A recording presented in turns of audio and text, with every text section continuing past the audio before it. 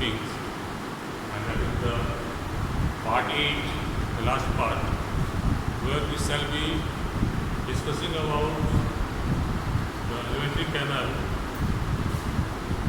using a suitable diagram, and here you will also learn how to draw the diagram of the human alimentary canal. And after drawing the diagram, I shall be just giving you the idea how the things are taking place, which already has been discussed in the previous video.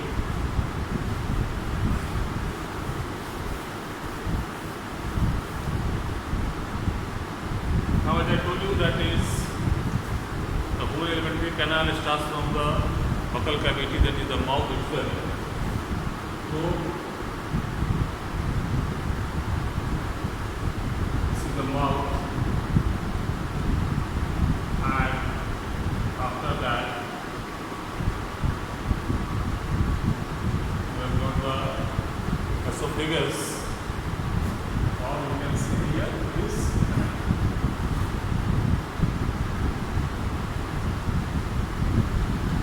buccal cavity containing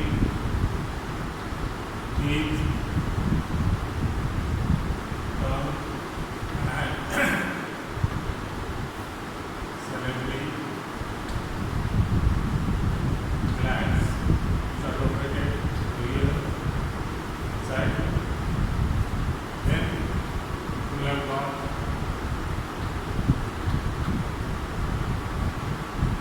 esophagus. Esophagus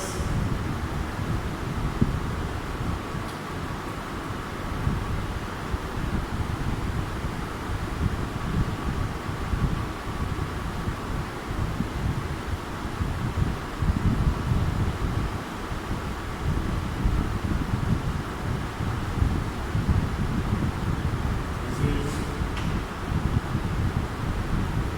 the stomach. This one is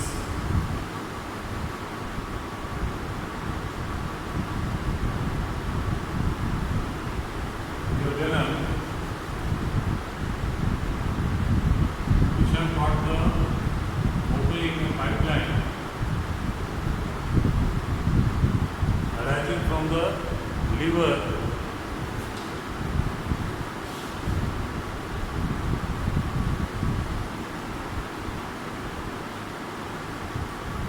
and here we have got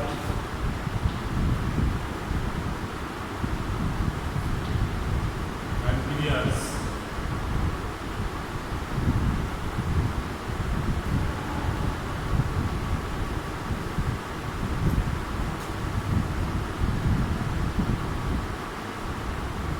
these two together open into the duodenum. Thereafter,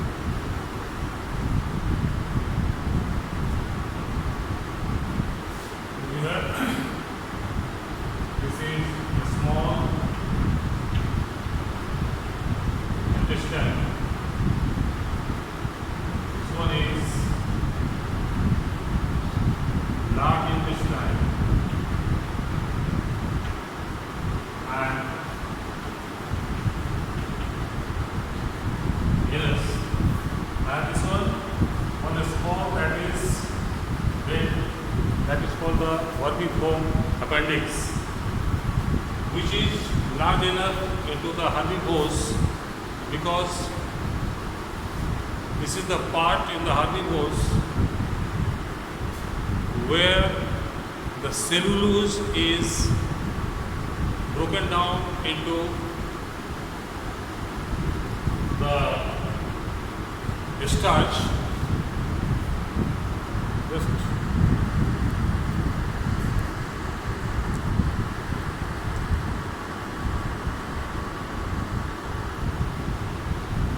this one I will talk about. So this is broken down into the starch, the cellulose here, into the herbivores. But in the human being or other carnivores or the omnivores, that is not required.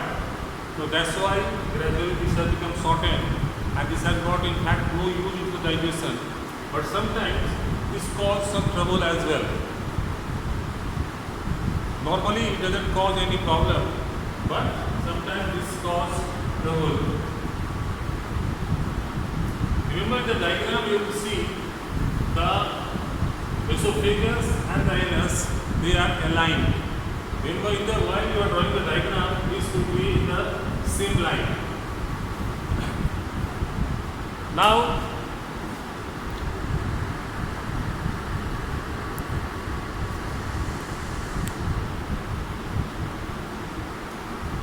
as we have already discussed, that buccal cavity contains teeth, tongue, salivary glands.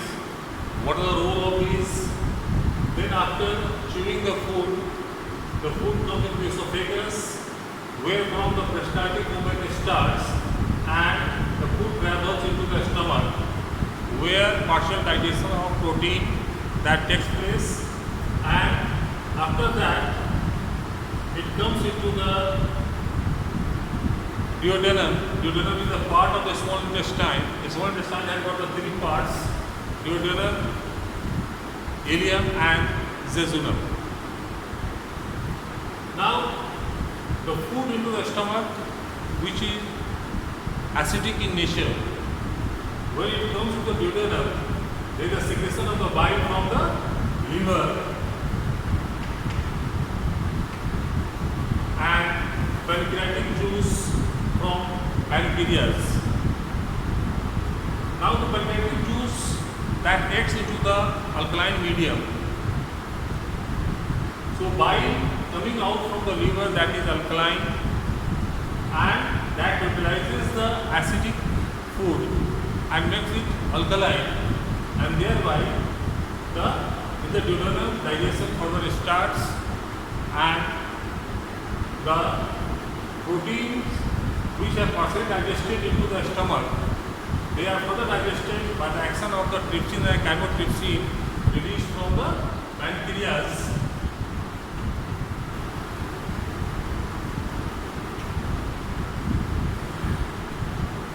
And bile from the liver that emulsifies the fat globules, yani larger globules of the fat, they are broken down into the smaller pieces, and thereby the pancreatic lipase, the fat digestive enzyme that act over it, and the fat is also getting digested.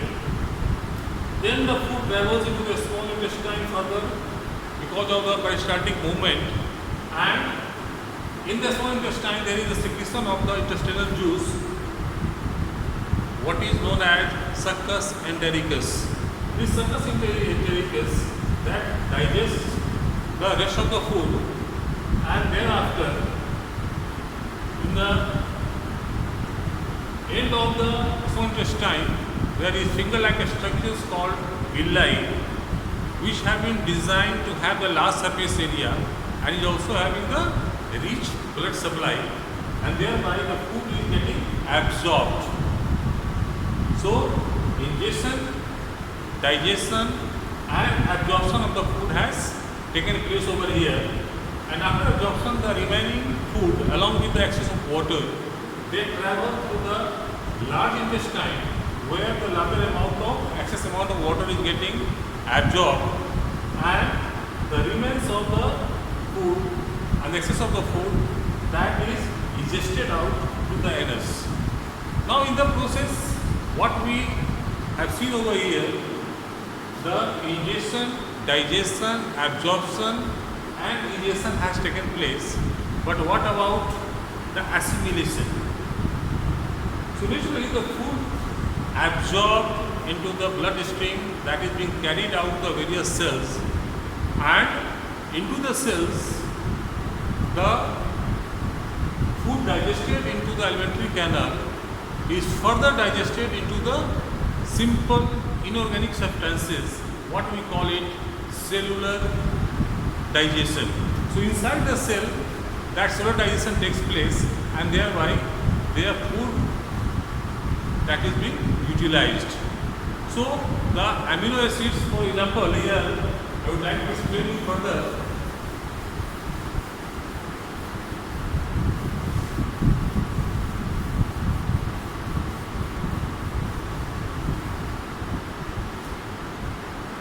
That in the food,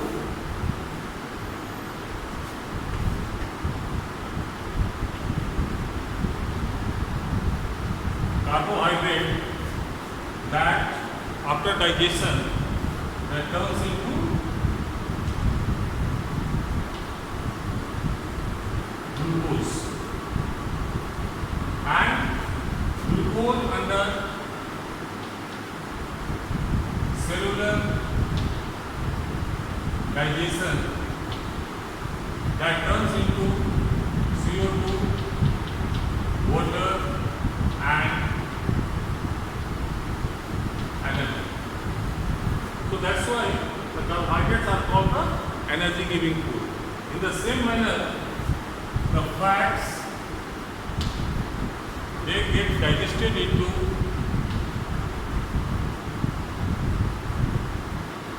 fatty acids plus cholesterol. Now these fatty acids, they are being used up for making the LDL and HDL, which are required for the synthesis of different kinds of hormones as well. So, but when carbohydrate is less in our food, fat is more, this fatty acid also give rise to energy after breaking down into the carbon dioxide and water. Then proteins,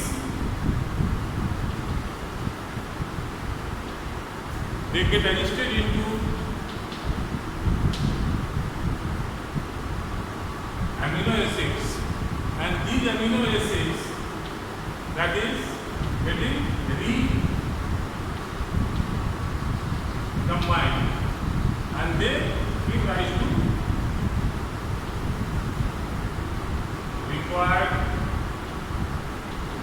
protein into our body. Whatever protein we require, that required protein is given by these amino acids, and in this process, that is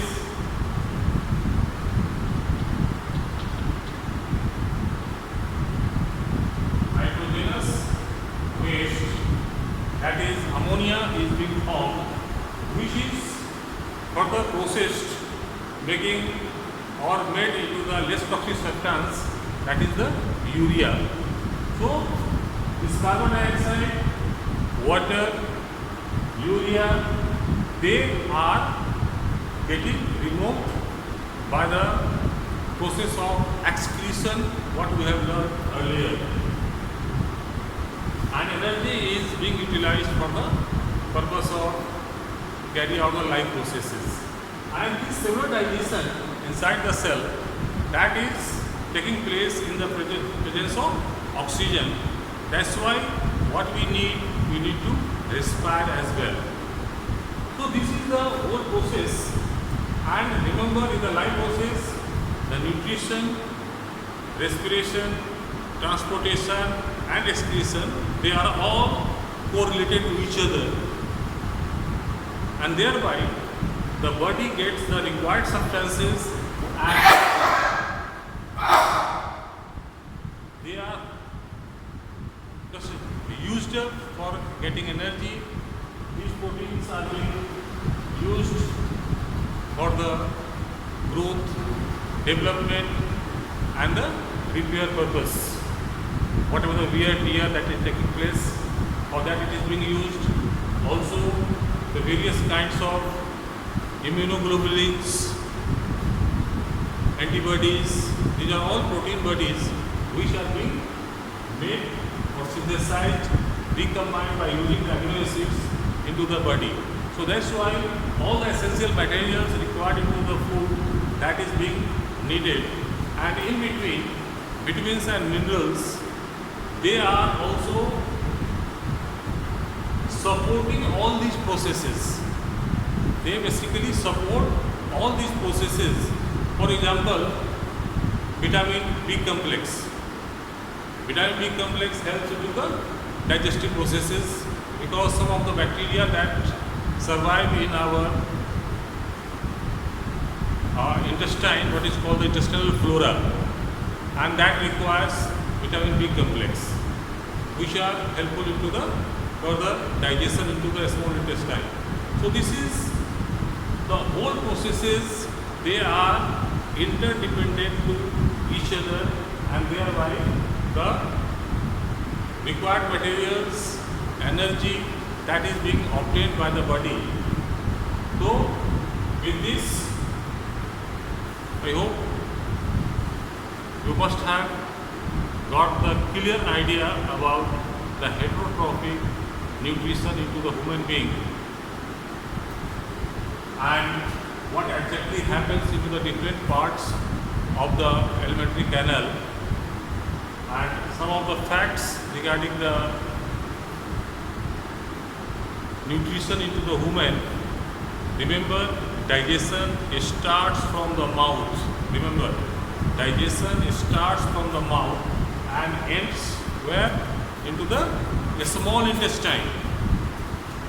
Many people earlier they have given the answer that is into the anus. That is not the correct answer. Digestive processes start from the mouth, ends into the small intestine. The role of bile is to make the acidic food neutral, or rather you can call it alkaline, and also help into the digestion of the fat by the emulsification. Then the role of HCl into the stomach is just convert inactive pepsin, what is known as the pepsinogen, into the active pepsin, and thereby that helps into the fat, the protein digestion, and also the HCl that sterilizes the food. Like with the food we ingest many kinds of germs which may be harmful as well. So those are being killed into the stomach itself by the action of the HCl. So role of HCl is two. That is, one is just converting the inactive pepsin into the active pepsin, and number two, sterilization of the food. Then the role of trypsin and chymotrypsin secreted from the pancreas that completes the digestion of the protein. Also, pancreatic lipase acts on the fat to digest it into the fatty acids and the cholesterol. So, in the nutshell, these are all about the heterotrophic nutrition into the human being. And with this, we end our lesson, life process. For the life process, respiration, transportation, excretion has already been discussed earlier. Since these parts had been discussed in the form of PowerPoint presentation, so I thought of giving you the idea using the table video. So you have got the idea of it.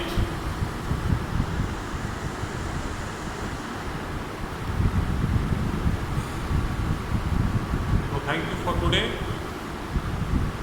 In the next class, probably I shall be going for the revision of the next two parts, or we shall be starting with our new lesson, and whatever lesson will be there, that will be discussed. And in your periodic test 3, the questions will be asked from the life process whole. That will be the multiple choice questions, and in many multiple choice questions there may be more than one answers correct. So thoroughly go through the contents of the life process so that you can answer the questions well, understand the questions well, and thereafter you have to answer them in a proper manner. So thank you.